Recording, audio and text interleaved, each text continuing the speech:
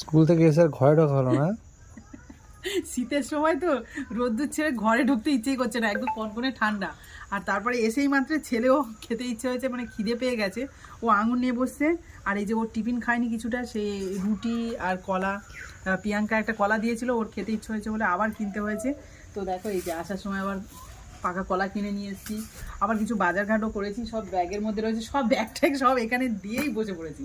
আর এই যে স্কুলের হ্যাঁ ক্রিসমাস ট্রিটা বানিয়েছিলাম, তোমাদের আগে দেখানো হয়নি, যখন বানিয়েছিলাম এত তাড়াহুড়োতে যে আলাদা করে ভিডিও করবো সে সময় পাইনি। আর ওটা স্কুলেই জমা ছিল, আজকে দিয়ে দিয়েছি ম্যামেরা।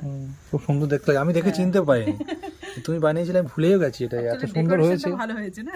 খুব সুন্দর লাগছে। হঠাৎ করেই করা হয়েছিল, মানে আমার প্ল্যান ছিল যে আমি নিজে সব কিছু কিনে নিয়ে এসে তৈরি করব, কিন্তু কি বৃষ্টি না কিসের জন্য আর যেতে পারলাম না, ওর স্কুল ছুটি ছিল, আগের দিন রাতেই করা না হয়েছে। এর শরীর খারাপের জন্য স্কুল গেল না বলে আর কিছুই কিনে নিয়ে আসা হয়নি। তারপরে ছোটকা দিয়ে কিছু জিনিসপত্র নিয়েছে, এটা রেডি করে দিয়েছি।